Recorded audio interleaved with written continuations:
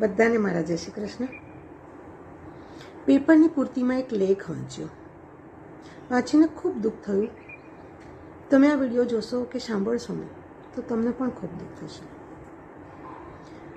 એક 15 વર્ષની દીકરી એક છોકરાના પ્રેમમાં પડે છે અને માતાએ ઠપકો આપતા બંને જણ થઈને દીકરી અને એનો પ્રેમી માતાની હત્યા કરી નાખે છે. આ દીકરી ખૂબ નાની હતી. જેના પપ્પાનું અવસાન થઈ ગયું હતું. મમ્મી બિચારી અભણ.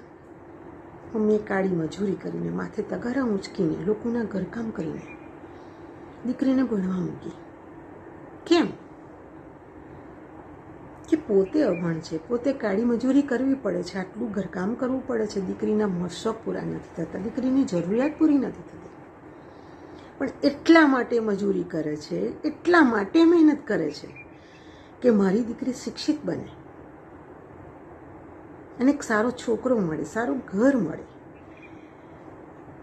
મારી દીકરી શિક્ષિત હશે તો દીકરો જમાય એ પણ શિક્ષિત મળશે ને એનો ઘર સંસાર સુખેથી ચાલશે. મારી દીકરી શિક્ષિત હશે તો એ નોકરી કરીને 2 પૈસા કમાશે તો એ પણ સાસરીમાં સ્વમાનથી જીવી શકશે. એટલા માટે પોતાની ઈચ્છા, ખુશી બધું જ સાઈડ પર મૂકીને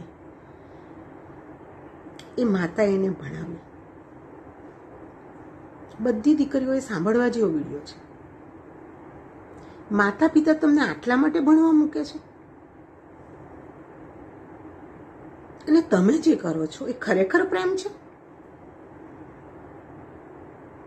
જો આ ખરેખર પ્રેમ હોત ને તો એની માતાની હત્યા ના થઈ હોત.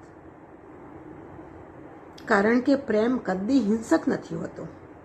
પ્રેમ પવિત્ર હોય છે અને પ્રેમ ત્યાગ અને બલિદાનની ભાવનાવાળો હોય છે.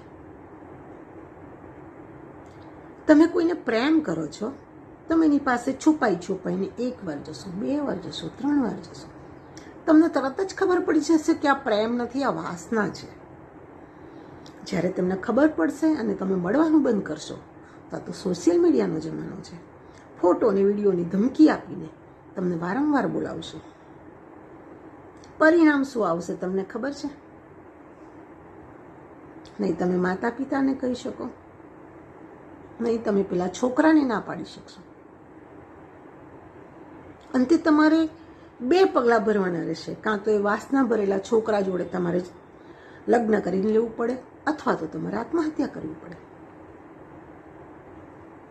શું આ બંને જીવનના પાયા છે? શું સફળ જીવન માટે આવું કરવું જોઈએ? માતા પિતાના આટલા વર્ષના પ્રેમના સરવાળામાં તમે આ વાસના ભરેલા સંબંધોમાં એમની બાદબાકી કરી નાખો છો. તમને ખબર છે તમે પણ એક દિવસ માતા પિતા બનવાના છો અને તમારા જ સંતાનો તમારી સાથે આવું કરશે તો તમને કેટલું દુઃખ થશે. મારી દરેક દીકરીઓને વિનંતી છે કે માતા પિતાનું સન્માન ચોક્કસથી જાળવજો.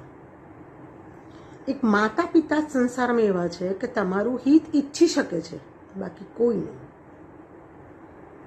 બીજો વિડીયો બનાવીશ માતા પિતા માટે, એ પણ આપ જરૂરથી જોજો. Thank you so much.